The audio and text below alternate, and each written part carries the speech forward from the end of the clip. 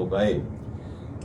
आज हम बड़े ही एक इम्पॉर्टेंट विषय हेल्थ केयर में जो एक नेक्सास फार्मास्यूटिकल इंडस्ट्रीज का रेगुलेटरी बॉडीज जो गवर्नमेंट ऑफ इंडिया की हैं उनके साथ जो उनके गठबंधन के साथ लूट खसूट की जा रही है उसी पे बोलने जा रहे हैं और हम फैक्ट्स और डाटा के साथ ही पर्दाफाश करना जा रहे हैं। लेकिन इससे पहले मैं प्रेस कॉन्फ्रेंस शुरू करूं, मैं ट्रिब्यूट देना चाहूँगा हमारे ऐसे साथी जो कुछ दिन पहले ही इस दुनिया से चले गए, वो महान आत्मा त्रिलोचन सिंह वजीर जी थे, जिनकी बहुत बड़ी कंट्रीब्यूशन रही जम्मू के हितों में।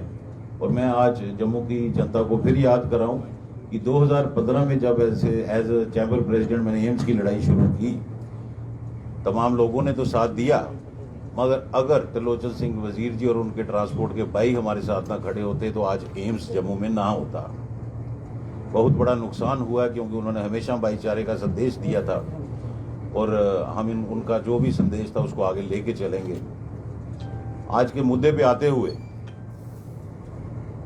हमने फैक्ट्स लिख दिए हैं प्रेस नोट में, मगर नटशल में मैं ये बताऊं कि जो मैन्युफैक्चरिंग कंपनीज में है फार्मास्यूटिकल डिस्ट्रीब्यूटर्स, वो मुंह देख के रेट देते हैं दवाइयों का।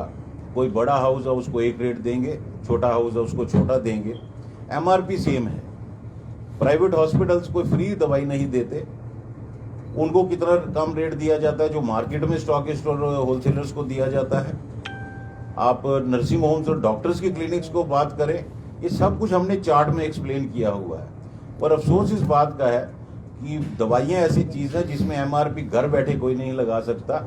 नेशनल फार्मास्यूटिकल प्राइसिंग अथॉरिटी जो मिनिस्ट्री ऑफ केमिकल्स के अंडर है गवर्नमेंट ऑफ इंडिया की, वो इसकी परमिशन देती है और इनकी सांठ गांठ साफ नजर आ रही है। एक तरफ हम जब हमेशा सराहना करते हैं हमारे आदरणीय प्रधानमंत्री नरेंद्र भाई मोदी के जो हेल्थ केयर में इनिशिएटिव्स हैं, खासकर आयुष्मान भारत, एक ऐसा इनिशिएटिव जो गरीब से गरीब और अमीर से अमीर को भी उसने सहूलियत दी, सबका फ्री में इलाज हो रहा है। लेकिन हम प्रधानमंत्री जी को अपील करते हैं कि इस चीज़ का नोटिस लें और इस पर एक्शन लें।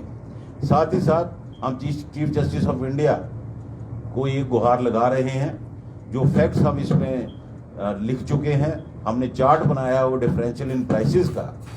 इसमें सबसे बड़ा खतरा ये बन गया है कि डिफरेंसेस इतने हैं कि नकली दवा मार्केट में आएगी तो वो कैसे पता चलेगी। जो प्राइस वॉर, जो डिस्काउंट वॉर शुरू हो चुका है, और अगर इतने मार्जिन हैं तो आम आदमी के लिए मैक्सिमम रिटेल प्राइस को कम किया जाए, ये हमने गुहार लगाई है।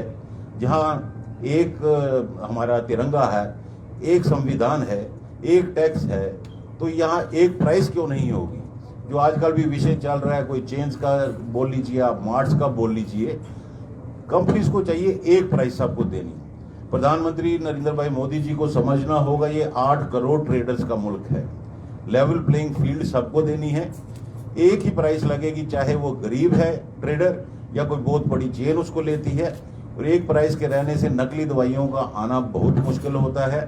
हमने आज तक एज होलसेल फार्मा ट्रेड यहाँ पे नकली दवाइयों को रोक के रखा, मगर आज जो प्राइस वॉर शुरू हो चुकी है, हम इस चीज़ की गारंटी नहीं दे सकते, क्योंकि हिंदुस्तान शायद वाहिद मुल्क है कि चेन्स में भी दवाइयों की उपलब्धि होती है, क्योंकि डेवलप्ड कंट्रीज जितनी भी आप देखें वहाँ पे ऐसे उपलब्धियाँ नहीं होती।